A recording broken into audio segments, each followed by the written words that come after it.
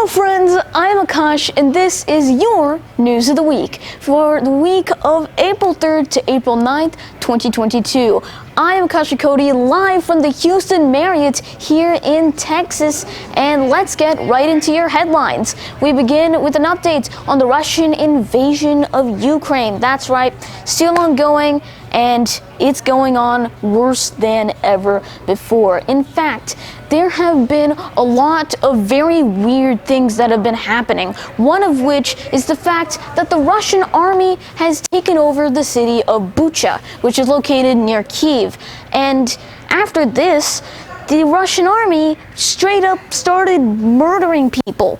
Yep, that's right, they murdered people and abused many people all within this city. This is the Bucha massacre, where they killed over 320 people in some of the most worst ways possible, the most cruelest possible things. There were summary executions, torture chambers, even straight up burning of innocent civilians, and there's all this evidence found there. Russia denies that any of this ever happened, while Ukraine is putting the blame on the Russian forces who took over. So the situation here is intense, and as well as this, there have been reports that a Russian military strike hit a railway station in Kramatorsk, located in eastern Ukraine.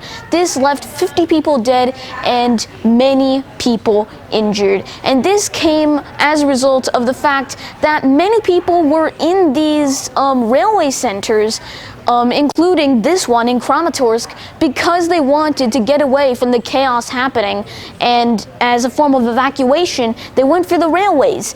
And then Russia just struck the railway station. So this is the sort of atrocities that Russia has been perpetrating upon the Ukrainian army and the Ukrainian civilians who are living in this country. They're innocent, and yet Russia is still going at them in the hopes that they can get to win the war that they started. So that's the situation with the Russian invasion of Ukraine. It's an absolutely terrible situation happening right now. So let's take a look at our next story of the week. And this is relating to the Supreme Court, because the Senate officially gave confirmation that the Supreme Court judge will be Ketanji Brown Jackson. That's right, the Senate officially confirmed Ketanji Brown Jackson to be the next associate judge of the Supreme Court, following on with President Biden's promise of electing a very first ever Black woman to the Supreme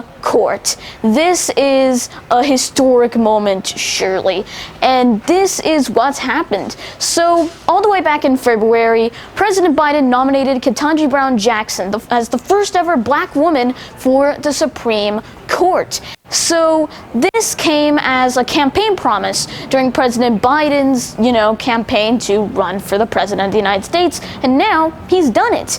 And this came after the fact that the current Justice Stephen Breyer announced that he would be retiring in summer, and he announced this back in January, so about February would be right due for a new announcement for who to nominate for another potential judge. So Ketanji Brown Jackson ended up making it, and when it came past the Senate Judiciary Committee, which was tied 11-11 Democrats, Republicans, that means you had to go to a discharge vote for the full Senate, which voted 53-47.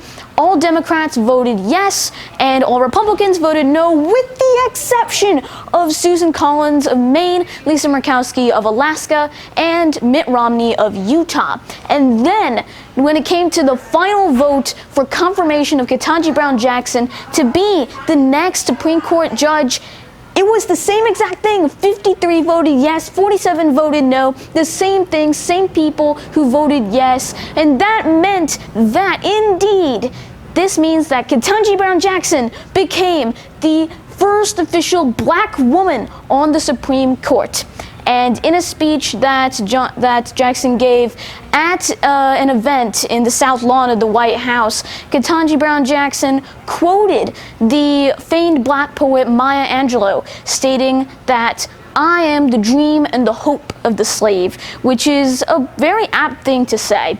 And so that is the story about Ketanji Brown Jackson becoming the first black woman in order to be in the Supreme Court. So let's take a look at our next story of the week, which is all about the Academy Awards. So you may remember during the 94th Oscars on March 27th, Will Smith famously slapped Chris Rock in his face on live television during the 94th Oscars after Chris Rock made a joke that he didn't like about his wife. So now it's April 8th, and now the Academy of Motion Picture Arts and Sciences, which is the committee that organizes the Oscars, has officially announced that they will be banning Will Smith from ever attending an Oscar award for the next 10 years. That is right. So the board chairman and the CEO of AMPAS both stated that from this moment, from April 8, 2022, Mr. Smith will not be allowed to attend any organization, any meeting by AMPAS, which includes but is not limited to the Academy Awards. Done. So what was Will Smith's response to this? Well, it was pretty short. In a press release, he basically stated, "I accept and respect the Academy's decision." That's right, it is literally just that short. And many people were even wondering what else would come out of this altercation and what else would come out of this ban. So that's what happened with an update on the Will Smith Chris Rock slapping incident, which means we've got just one more story to go to, and that is all about the COVID-19 cases, which have continued to decline. 1.1 million cases worldwide, and roughly 30,000 cases of which are from the United States. And when it comes to deaths, we're seeing roughly 3,500 deaths, again, worldwide. And when it comes to the United States, it's roughly 500. So it's a good thing to know that cases are going down, except in one country, China. That's right, the zero COVID policy that they've been working on for quite a while and has been pretty successful until now. Yeah, that's right. It's beginning to fail. 23,000 cases per day in China, and it may not seem like a lot, but it's a gigantic increase from the 9,000 cases that we just saw last week. So that massive increase, yeah, you can tell things are not going well for China.